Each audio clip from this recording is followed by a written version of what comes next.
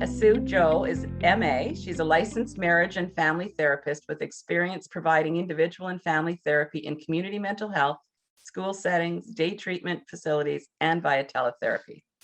She's currently head of clinical operations at BetterHelp, which allows her to empower other therapists to be successful at bringing their skills online. Her current clinical focus and interests include AAPI mental wellness, anxiety, relationship and family dynamics, trauma, and gender identity. To practice self-care, she enjoys spending time with loved ones, including her dogs and cat, yoga and fitness, going to the aquarium, snowboarding in the winter, and seeing live music all year round. So a little bit more about BetterHelp, and then we'll get started. So BetterHelp is BetterHelp.com, so BetterHelp, one word.com, and it's currently the world's largest online therapy service. BetterHelp's network of licensed, accredited, and experienced therapists can help you, and have been since 2013. There's now over 30,000 licensed, accredited, and board-certified therapists from BetterHelp's network. And they've helped more than 2 million people face life's challenges and improve their mental health. I know that BetterHelp has really, really amplified what they're able to offer in this last year and a half during the pandemic. Through their network, BetterHelp will match you with a professional that is the best fit for you, a therapist ready to provide you with the support and relentless care you deserve. And again, we are receiving a 35% discount for anybody who signs up. Using our link, you'll receive a 35% discount for the first month.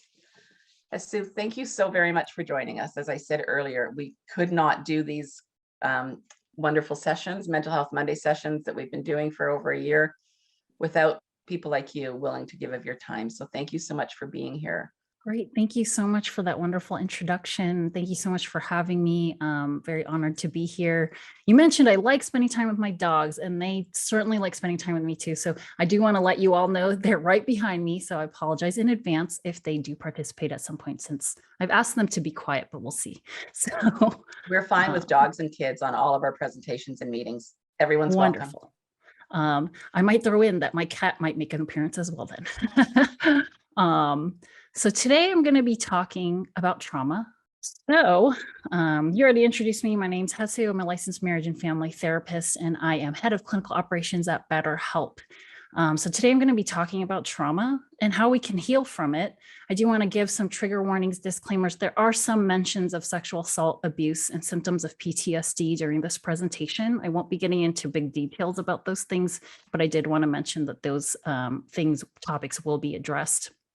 I'm going to just jump right in and talk about what trauma is in essence. So, if you've ever experienced serious injury or violence of some kind, or a life-threatening experience, something that's very dangerous, then this is considered to be traumatic.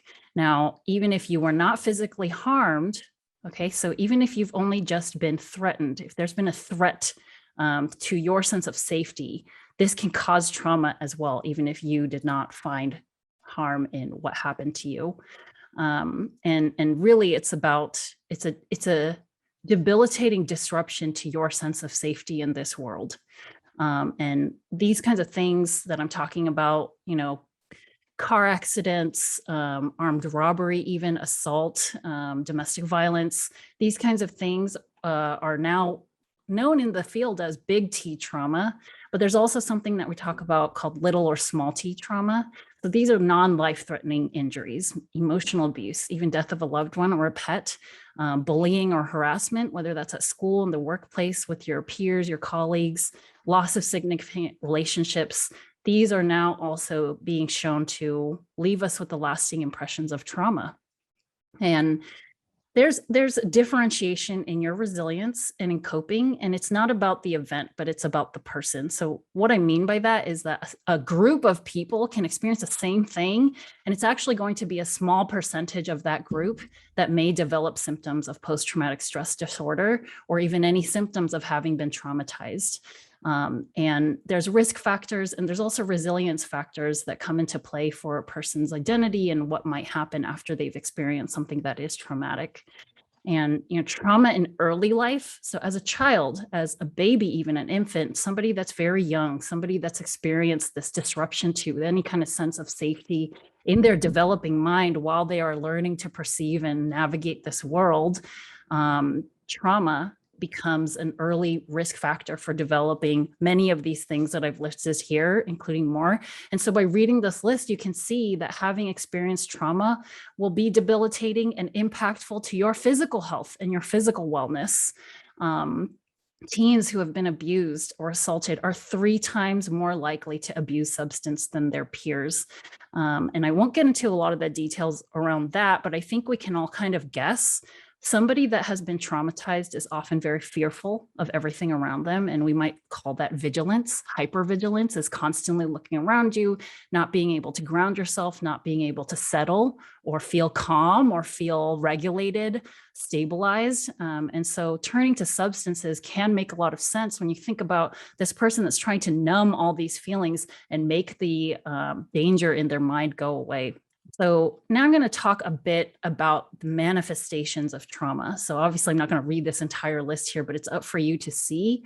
I have these things that may happen to you. Some people call these symptoms, some people call these responses, but I think of them really as manifestations. This is how trauma will manifest in your life later on, sometimes right away, sometimes years later. So that's a very interesting thing about trauma as well. Some folks can go through a traumatic experience and not show any symptoms of having a challenge or an issue in their life for a really long time. It can lay dormant in you until you're triggered by something or something happens to you that reminds you of this event or series of events from earlier in your life. But these kinds of manifestations can be categorized generally into these main groups: intrusive memories, and that's really just unwanted memories that continue to visit your psyche at any time. Avoidance, this can look like really staying away from things, people, food, even events, venues, general locations. It can look like staying away from all of that stuff because you don't want to be reminded of this thing that happened to you. And avoidance in life can make life very difficult to enjoy. If you're constantly putting a lot of energy and time into trying to not do something, it can be disruptive to your everyday function. Negative changes in your thinking and mood. This is a big one. This is about how you feel. This is about how you think. And it's not just about how you feel about the world, my friends. It's about how you feel about yourself. Folks that have been traumatized report a lot of issues with self-esteem, with self-efficacy, which is the belief that I can do this. Trauma really impacts and debilitates all those things about yourself. And of course, there's physical and emotional reactions. There's changes in your body and the changes in your mood. Some of these things that we see here, trouble sleeping is a classic sign of having experienced trauma or just having a lot of anxiety, and trouble concentrating, irritability. I think a lot of us have an idea of PTSD. We associate it with a combat veteran. Shell shock is a term that came around in World War I. And since then, many people now associate PTSD with a combat veteran. But I'm here to tell you folks that you don't have to have been to war to experience trauma and then to develop the symptoms of PTSD. Even if you don't meet criteria, which just means a lot of your symptoms or your behaviors are checking off a lot of boxes or a list of symptoms, if you don't meet criteria for this diagnosis, you can still be suffering from trauma on a very regular basis. And, I do want to throw in here, for children, trauma can manifest in very different ways. And why is that? It's because, in children and in young people, their prefrontal cortex in their brain, it's the area in your brain, like kind of right behind your forehead, it's still developing well into your mid-20s.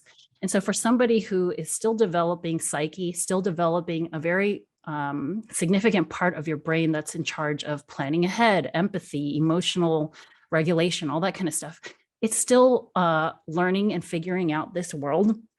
And the other thing is, kids' primary language, small kids' primary language isn't English, right? For a lot of people, it's play. And so a lot of time trauma, kids can't really explain or express verbally what's going on inside of them. And a lot of times we see this stuff manifest in their play, in their relationships with their friend, and through that primary language of a child. So it could be that they're reenacting things, or you can find that they have frightening dreams that they're not really able to explain to you when they wake up. But as you can see, trauma can really, really impact your life in a lot of negative ways.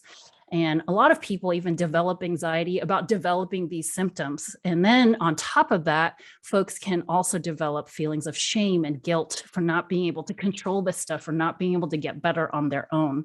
And so all these things, if left unaddressed, all these things, if left unchecked, will certainly have an impact on your life. Sorry, I just knocked the microphone there.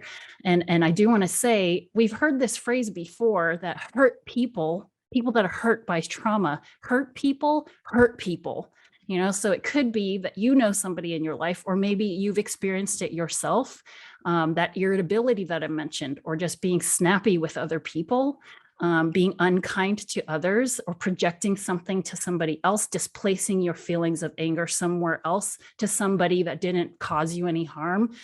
This is where that expression comes from, folks. Hurt people, hurt people. So now I'm going to shift gears a little bit to talk about something called vicarious trauma. So we talked about trauma, which is an event or a series of events that disrupts your sense of safety. And a lot of times it could result in you being physically harmed. But like I said, it could also just be the threat of you being physically harmed. Now, vicarious trauma is a little bit different. It's not about you having that threat of danger to yourself. It's really about experiencing it through another person. So even just being witness to serious injury or sexual violence or life-threatening experiences, death, horrific accidents, etc. A lot of the same symptoms and manifestations of having experienced a traumatic event yourself, it can still manifest in your life just from having been a witness to this, or even just hearing about it.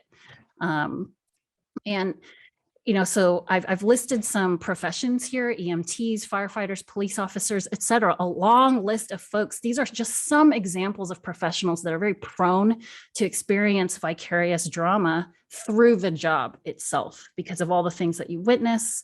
Myself as a therapist, therapists are also very prone to this, as well as teachers, social workers, folks that are in the helping professions. We absorb a lot of trauma from our clients who are really eager and willing to talk about it in session. So it's really important for the helpers to take care of themselves, because this stuff will affect you if you don't take care of yourself. I also want to talk about social media and how important it is to have awareness here and to place boundaries, so that you're protecting your psyche, that you're protecting your emotional and mental wellness and fortitude. I think the use of digital media for education, empowerment, organizing communities, and getting communities together, that's amazing. That's incredible. What a time to be alive, that we can organize, connect from all over the world right at the same time. At the same time, the viral nature of circulating horrific video content, this double-edged sword. People want to stay informed. People want to know what's going on in their communities and around them, but continuing to watch this stuff, it keeps people re-traumatized. When we repeatedly watch raw content of people that look like you being harmed, I really do think some primal part of your psyche is internalizing that footage as you. That might as well be me. It could have been me. And how traumatizing is that, to really have this strong imagery, this really, really vivid visualization that you are the one being harmed there. And so vicarious trauma is also very powerful and can be very detrimental, just the same as having experienced the trauma yourself.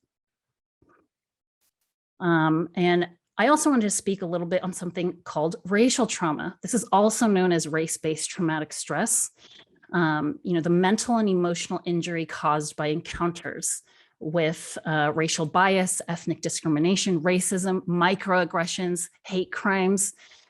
Prolonged exposure to this stuff can also result in manifestations of having experienced trauma. It's a disruption to your sense of safety, because all these experiences over and over again are communicating what? They're communicating to you that the world around you doesn't accept you, that the world around you is not meant for you, and that the community at large is not tolerant of who you are or who your identity is. So how could that not be traumatic to somebody? In some individuals, this prolonged exposure to racism can lead to the same exact symptoms of having PTSD. And I've listed some of these things here: depression, anger, recurring thoughts of the event, an event, many events, physical reactions such as headaches, chest pain, insomnia. Again, referring back to hypervigilance, which is just constantly being aware of your surroundings, maybe overly aware that you're unable to bring your attention and focus to to what's right in front of you, which might be your family, which might be important relationships, could be your job. All the things that we want to bring our attention to can be very, very difficult to do if you're unregulated, dysregulated, if you have an inability to restore that sense of safety on your own. And a tenet of trauma-informed therapy. So trauma-informed therapy 101 is that the therapist should be providing a space free of judgment and free of the therapist's values and beliefs. And this is just therapy 101, but in trauma-informed services, it's very important to meet your client where they are, to help them continue on this journey in restoring a sense of safety in the world. And to tell someone that their lived experience is just in their head, or it's probably not as bad as they remember. This is not a trauma-informed approach. In fact, it's very oppressive. And for somebody to have gone through and lived through a lot of microaggressions, somebody might dismiss this because these are not overt, violent displays of racism. However, if somebody's coming into therapy and talking about how trauma has affected them, how their encounters with racial bias have affected their life, and for their therapist to tell them it's probably not as bad as you think, I would hope and think that the therapist is coming from a well-intentioned place of wanting to try to make things better. But dismissing something like that for, I know most of the people here are not therapists, but it could be for your friends, could be for your loved ones too, trying to make things better by making the problem smaller, that doesn't always help. What really needs to be done is that the problem is acknowledged, that we're validating this person's experience, that we're validating this person's emotional process and what's going on for them internally. What we're looking for in the treatment of trauma, in the healing of trauma, is restoring that sense of safety that has been ripped away from someone because of something that they've experienced or something that they've gone through. So after talking about all these different kinds of trauma, all these different ways that trauma can manifest in your life and make your life challenging, difficult, will I ever get better? Absolutely. That's the wonderful thing about humans, right? We as people are very resilient. We as people, when we have motivation, when we have hope, and when we have support, I think the prognosis for many emotional and mental challenges is very, very good. There's a lot of treatment studies out there that are looking at behavioral therapies, cognitive restructuring, psychotropic treatment. So that's medication, psychedelics assisted treatment, exposure work, psychodrama therapy, group therapy, support groups. There's so much stuff out there because so many people have experienced trauma. At the end of the day, I go into the world, and to lead a trauma-informed life is to make the guess that everybody you meet has experienced something traumatizing in their lives, can also always use another kind person in front of them. But the fact that there's just so many different treatment options out there, and a continuation of a lot of study towards this stuff, a lot of research is being put into how to treat and heal trauma, I think that speaks to the prevalence and how common it is becoming. I said this line very early in this presentation. I'm bringing it back. Differentiation and resilience and coping is about the person and not the event. So again, that means that a big group of people can experience the same horrific event, and it's actually not going to be everybody there that manifests or has these manifestations of PTSD or develops these symptoms, because there's a lot of resilience factors. There's a lot of risk factors also. But each of us, we perceive things, experience things in our own unique ways. And in that, we'll carry for the rest of our lives the experience or the memory of something in our unique and different ways, influenced by our personal life experiences, our relationships, even our early caregivers. All of this stuff, I believe, is very much intertwined and connected.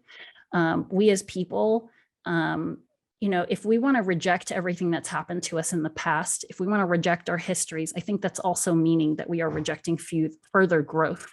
It's really important to reflect on what's happened to you in the past, process it, work through it, understand it so you can understand yourself and get to a place where you can love yourself. I think restoring this sense of safety, like I said, in your world is what a therapist will be thinking about when you enter trauma treatment. And they will likely use the relationship and a combination of proven practices, which you might have heard of, evidence-based practices. These things will be used to educate, to model, to practice self-soothing techniques, to build coping skills, healthy coping skills together.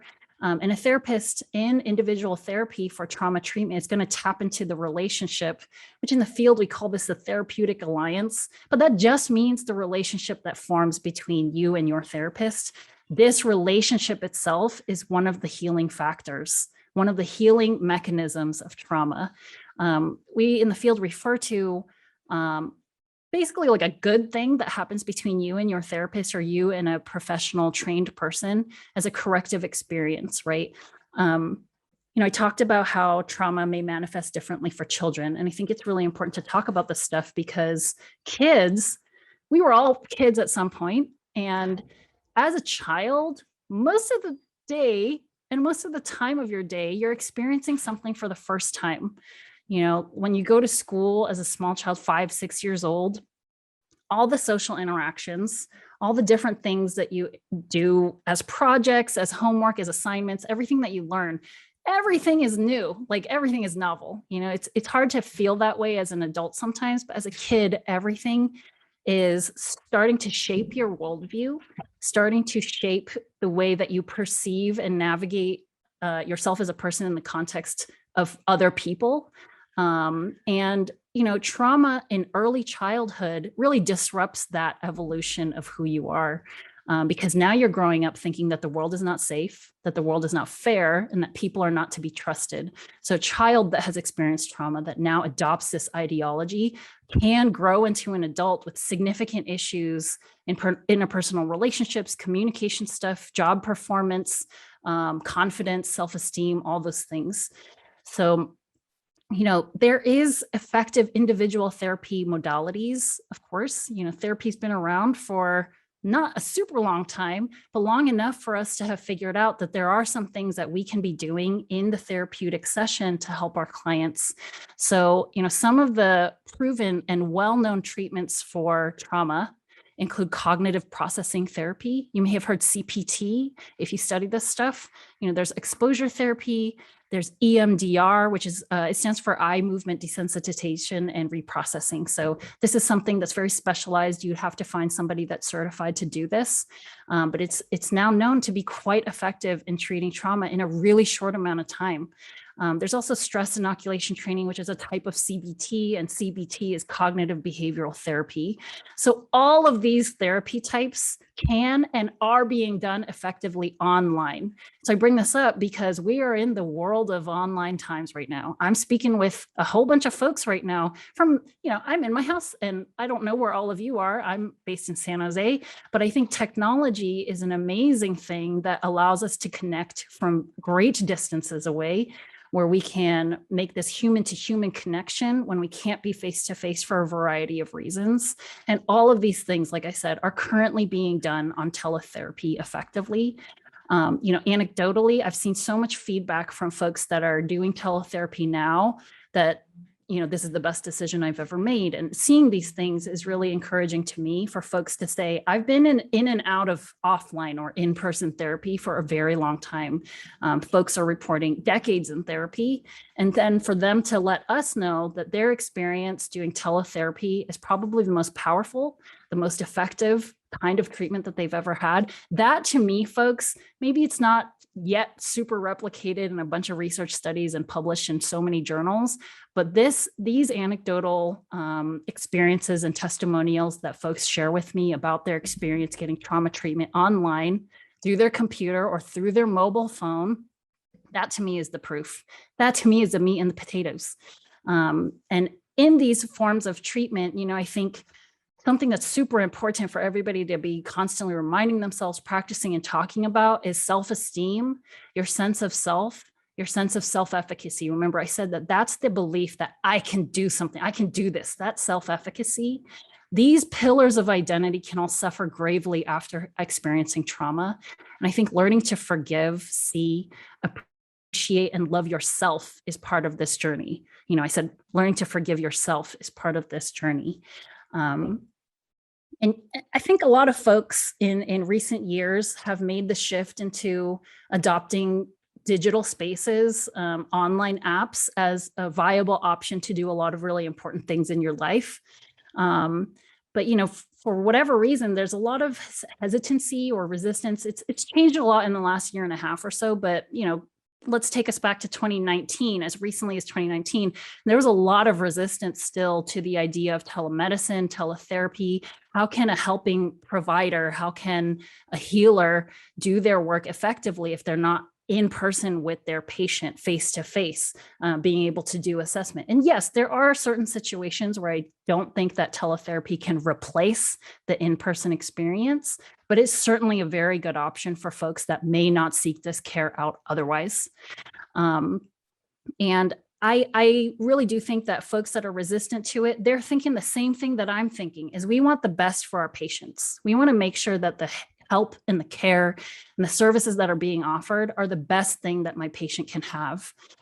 So we all want the same thing. We just want to make sure that everybody's safe and has an option to heal. And I do got to say that, online therapy is such a good option right now where it might not feel safe to meet with someone face to face. I personally don't have the experience yet of meeting with a client in person and needing to keep our masks on. I don't know what that would be like. I can't speak first person, but I've heard other folks that have been doing this, and they're doing the mental juggling of, is this better, or is it better for us to do video where we can see each other? I can see your facial expressions. There's a lot of alternatives and options for you if you don't particularly have access to in-person services. So a little reminder here, folks, nobody's ever at fault for the trauma they've experienced. It's never your fault for being the victim of trauma. I do think, however, you are responsible for your own healing journey. And part of that healing journey, I think, is to try things that you haven't tried before. If you find that whatever you're doing now isn't super effective and you're stuck in a rut or something like that. So I am ending here with some reading recommendations if you're interested. These are 2 books at the top that are really, really good to read if you are interested in the world of trauma, understanding how trauma affects your body, how it affects your interpersonal relationships, your psyche. And of course, there's a lot of good information in these books for folks that are on their journey to healing as well. I've also included some links to some reading if you're interested. I mentioned racial trauma, so there are some articles here that might be interesting to you. And I really want to thank everybody for their attention and their mental participation in my talk here. So thank you so much. Wow. Heasue, thank you so much. You are an extremely engaging presenter. I think I'm not even sure that I needed the slides. I kind of like them. I know people like to learn differently or pick things up differently, but that was amazing. Thank you very much. Thank you. Thank you so much. I just want to say again how grateful we are to have been able to partner with BetterHelp. And we're grateful not only for the $100,000 gift that we received from BetterHelp, which helps to enable us to continue to provide all the offerings that we do for free, to continue to do that for free. But also one of our mission statement is about really getting accessible and affordable support to women and non-binary individuals who identify with women's communities. And therapy is so important. In 34 years of my own recovery journey, I have done an awful lot of therapy, and I've yet to do it online, but I'm just kind of waiting for a little bit of time in my schedule to sign on and try it out, because there's always something that I can explore. And, I happen to really love self-development and improving things for myself and for those around me in particular. We have some great questions coming up. Somebody is asking if it would be possible to access the slides after the presentations. Here's what I can tell you is you'll always be able to present, you'll always be able to access the presentation because it's going to remain live on our Facebook page. It's going to end up on our YouTube, and it's also going to be what's the other place? On our website, on our Mental Health Monday page. So I think that's probably easier than trying to get a copy of the deck and share it. But I can send it to you, and if you'd like to distribute it to folks, it's totally fine. That would be great. Okay, that's great. We'll accept that. That's wonderful. Thanks. Let's get into the questions. There's some really good ones. And this I've heard a lot in our community. So Heasue, in our community, we have our Facebook group, for instance, is over 9,000 quite engaged community members sharing on a regular basis. And we have our twice daily meetings during the week. And on the weekends, we have a She Recovers support for Black, Indigenous, and women of color. We have another one for LGBTQ. We have one specifically for healthcare professionals, one for legal professionals, another for moms of high needs children. And we hear this type of thing often when people are talking about their trauma and trying to access therapy and treatment for their trauma. So the question is, if a therapist tells you that you should be sober before attending to the childhood trauma, PTSD, is that the right approach? Then she goes on to say, my therapist suggests that being sober for at least 6 months before addressing deep trauma is the way forward. I'm dealing with the trauma daily, and I would like to discuss it now. I've been 5 weeks sober, but she isn't willing to go there yet. It feels very invalidating, and I'd appreciate your point of view. I'm sorry that you're going through this. Therapists are just people. We're just people, and people carry around their own, sets of beliefs, their experiences, our individual training, the things that we've absorbed from past mentors, supervisors, managers. And so many of us come into therapy with a different approach from the person next to us. And I cannot say that any approach is more right than the other. It could be that this practitioner has a lot of success approaching treatment in this way. But I can understand where you're coming from by feeling like, I want to start talking about it now. And I will say you might find another provider. I'm not suggesting that you need to find another therapist because of this, but I do think that there are other providers that approach things maybe a little bit differently than that. For me, I very much encourage harm reduction. I think it's important to experience sobriety, especially when it comes to trauma, because part of the reason that a lot of folks will turn to substance, I kind of touched on this, is so that they don't really have to sit with the uncomfortable feelings or their pain. Remaining sober and not reaching for that drink, not reaching for, whatever it is that you're going to use to numb your feelings really and make things a little bit more muted, that's very painful. And so I can't even blame somebody for wanting to make that pain go away. And that's often why we get drunk or we get high or whatever it is. But to really heal from trauma, I think it's very important to learn to sit with those feelings, to learn to sit with that discomfort and that pain. And I think that's really one of the big reasons that somebody would encourage sobriety in order to start addressing trauma. I can't really pinpoint why 6 months would be a parameter, but it could be that they're looking for consistency. It could be that they want to make sure that you are to stick to it so that once you start talking about stuff, and if it gets too painful, you don't relapse or something like that. But if you're finding that this is not going to be the approach that works for you, and you know yourself best, I got to tell you, you know yourself much better than any therapist knows you. And I think you need to do what feels right for you, what feels safe for you. And it could be that you bring up these questions to your therapist even to understand where they're coming from. Therapists, what we should be doing when we introduce any kind of intervention or a treatment or some kind of practice or an exercise to a client is provide rationale, is to provide the reasoning behind why we're doing this, so I can make sure I have your consent to move forward in this kind of option. So I think there's a lot of questions that you may have for your therapist. So I encourage you to bring those up, to have an open conversation with the therapist too. So you can get your concerns out on the table. So you can ask these questions. Why is it that we can't talk about it now? Maybe there are some things or skills that you can build in the meantime while you're waiting for that 6-month mark. But really, I think it's important to think about what feels right for you too. Oh, thank you. That's brilliant. And I just want to say that we have a lot of questions here that are very specifically about how do we sign up and how much does it cost and all of those and we're going to put those aside just for a few moments while we delve into some of these deeper. We'll kind of look at the more practical questions after we have you speak to some of these a little bit deeper things. And not that one is more important than the other, but there's kind of a theme here.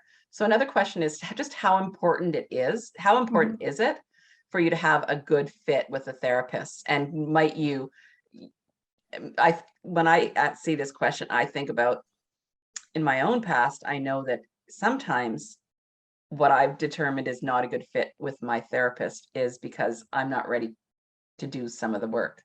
Not always, but sometimes. Other times it's just not a good fit. And what I will say about BetterHelp is that one of the young women who in our community who I know, she's my niece actually, she signed up to do BetterHelp just recently. And she was concerned because she didn't feel like after her first session that the person was a fit. And it Mhm. was there was nothing wrong with the therapist. She just realized that she hadn't really understood what she wanted to deal with until after that session. And she got off and she realized, what I really want to talk about is post-divorce and dealing with all that I'm dealing with post-divorce. And so she was able to go back and actually put in, I don't know how she did it kind of technically, but she was able to Mhm. go back and say to the first, thank you very much. Our session was helpful in really getting me to understand what it is that I want help with. And she was able to go on and find somebody who was much more specifically able to help her. Mhm. So I guess the question is, how important is fit? Right. And what would you say to that? Well, I think you shared some great insight here as someone who, thank you for being so open about your own history, like having had a lot of therapy of your own. That means you've had several therapists and you've gone through this experience. And I think you brought up something really important, which is sometimes a fit thing might feel off because you're not ready to go there. You're not ready to talk about this thing. And it could be that this is the perfect therapist for you. But like I said, you know yourself best. And if you don't feel like this is the time and the space in my existence that I can go into this right now, then another time might be better. You talked about the ease of changing therapists on BetterHelp. And yeah, it's just like a click a couple of buttons, and it's super easy for folks here that have been in therapy before. Maybe you've gone through your insurance panel, or maybe you've gone through even Medicare, Medi-Cal, that kind of thing. And in these kinds of settings, it's great because there's subsidized care that's covered by someone. However, you don't have a lot of options. A lot of the times, if not most of the time, in many of these settings, you can't change therapists. You get what you get and you can't get upset. And so, having worked in these settings myself, I do believe that even if you're not clicking with this person and it doesn't feel like the most intimate relationship, you can still have an effective therapy experience. But I do think personally, it is quite important to find that good fit. If you have the option and the access to do that, go for it. Because in therapy, I'm not saying that this always happens, but a lot of times in therapy, you're talking about some deep, dark stuff. You're talking about stuff that you haven't told anybody else. You're talking about stuff that maybe you haven't even admitted to yourself yet. And how can one expect themselves to do something like that, to deeply dive into the things that make you really uncomfortable, that cause the most pain to your emotional well-being? How can you expect to do that with someone that you don't feel safe with, or someone that you don't have confidence in, or you don't jive with? The neighborhood dogs are going. So there's my dogs. It's okay. Had to Don't mute worry for a about it. second. Don't worry about it. They're just kind of background noise. Great. So, I think it is important, but it's not the end of the world if you're not feeling super comfortable initially. It's also the getting to know a no person thing. Like, it's not that you're going to feel super comfortable and like this is the right person from the beginning, from the start, all the time. A lot of times you can develop those feelings for a therapist, and it could be that you're just looking for your bearings. It could be that you've spent your entire life uncomfortable with new people, so this is just another practice in getting to know somebody and letting somebody in a safe and controlled environment. Even for our listener that asked this question, if it's because you're in therapy now and you're not really quite sure about this match, this is a scary thing to do. But a lot of clients don't do this. And I'll tell you, as a therapist, it'd be awesome if my clients were telling me they're feeling this way, because then we can try to work through that. And it could be that what's on the other side is even more powerful, even more beautiful, and even more effective. But if you're, it's well known to therapists that our clients lie to us, that our clients aren't truthful because they don't want to be judged, they don't want to be criticized, or they're fearful of rejection, fearful of my therapist isn't going to like me. But that's the thing with therapy. That's the beauty of therapy, is I'm not there to be your friend, and I'm really not there to give you approval or give you permission in life to do things. I'm here to help you figure out how to do those things for yourself. So really, if you're having issues with your therapist, I encourage you to consider talking about it with them, with him or her or them, because it could be that they have no idea that you're feeling that way. Right. And also, I mean, in my experience, therapists, they want the best for you. So if you're not the best for them, they're going to help you find out who is, and they're not Mhm. going to take it personally because they've had a lot of therapy about taking things personally already in their training. probably. Yeah. I And we just wanted to still do take things personally of course. sometimes, and Yeah, that's you're why we human. continue You're to get humans. therapy. Exactly. We're just people too. It just occurred to me, I should let you know that last week for our very first, our relaunch of Mental Health Monday, our guest, we were talking about the trauma of money. It was a wonderful, wonderful, wonderful session. But her fire alarm in her apartment was going off for the first 20 minutes of it. And so there was a beep in the background, and we got through that just fine. So we can get through barking dogs, no trouble at all. Thank you. Okay, so here's a good one. When you feel you are at the point to start healing your trauma, what might a therapy session look like to start this journey?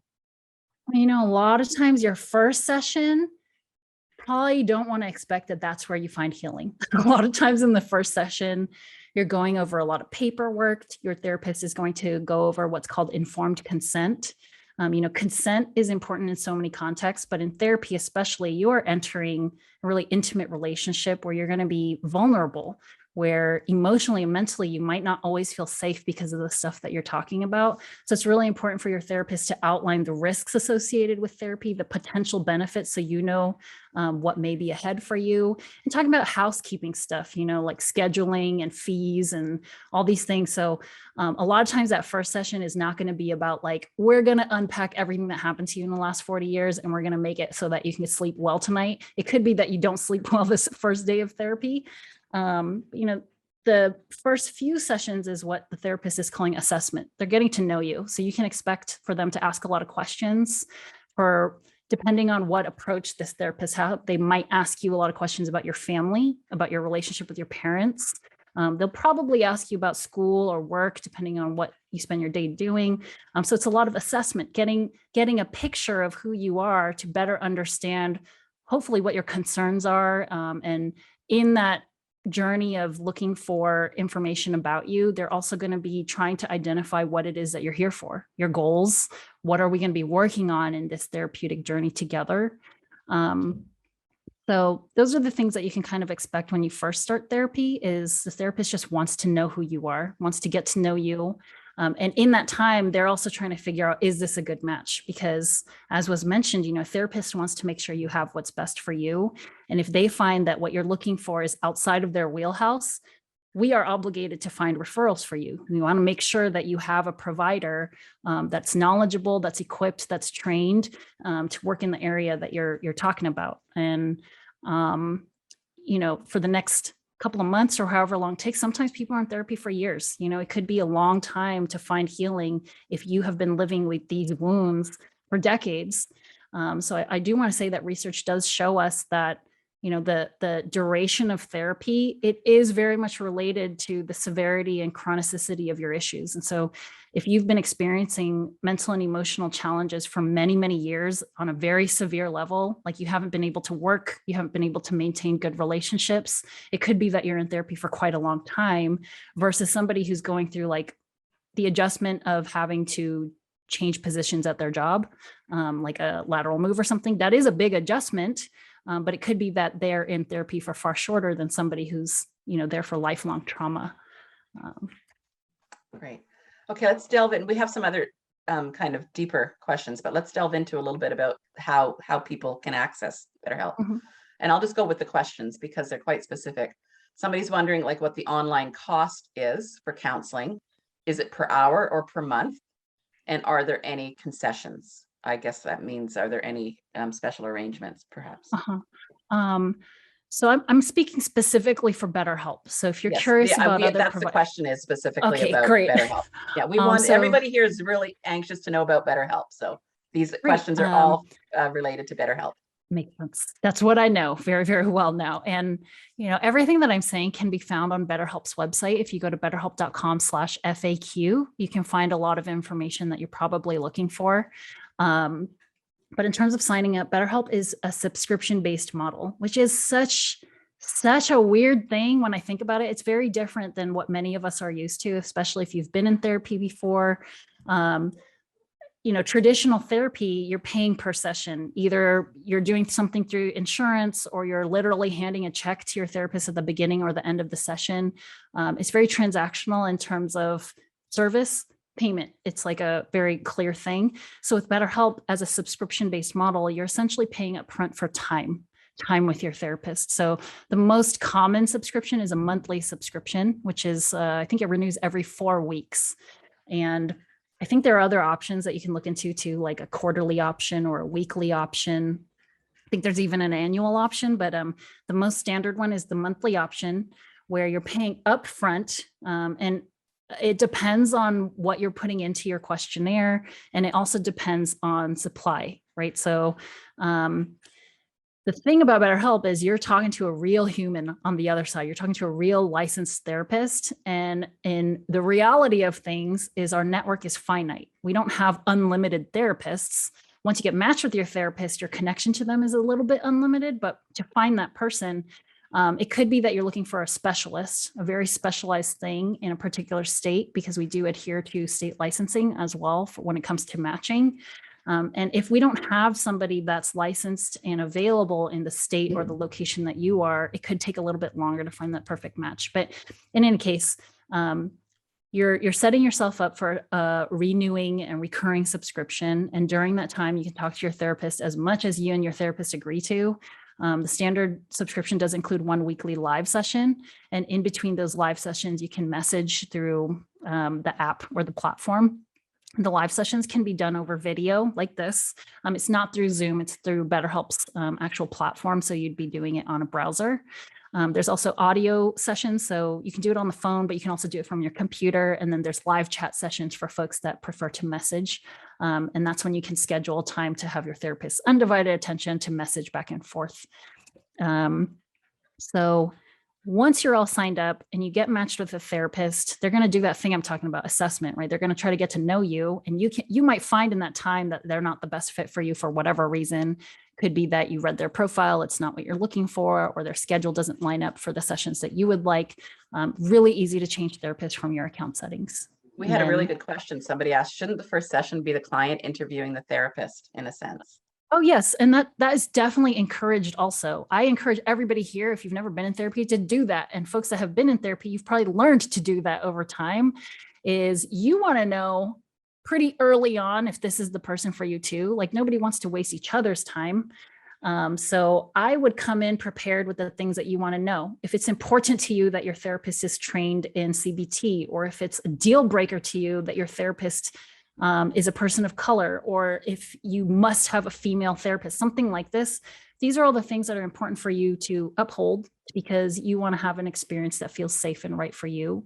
So please do interview your therapist, ask them all the things that you want to know about them. Yeah. So somebody who's currently using BetterHelp has commented on Facebook that and I know this because she shares about it in our group all the time, she's loving the webinars that are offered in between her therapy sessions. There's a wide range of free webinars available to anybody who holds a subscription. Am I right? Mm-hmm. So you're talking about the groupinars. We just call them groupinars, but they're in essence like psychoeducational seminars. So there is a chat function, so you can chat with a lot of the participants, but sometimes there's a couple hundred people in there. So a lot of times the facilitator is not involved in the chat, but they are doing presentations on a variety of different mental health topics. We schedule anywhere between 20 and 30 of these every week. And any BetterHelp member has access to this at any time. You can register. If you can't make it live, a recording will be sent to you if you've registered. And all of the facilitators are licensed therapists on our platform. So there is an internal selection process that they go through in order to do these kind of groupinars that we have. And they're, available on different days, different times, weekends too, evenings, mornings, whatever you need and whatever might be interesting to you. Can we address the issue of cost?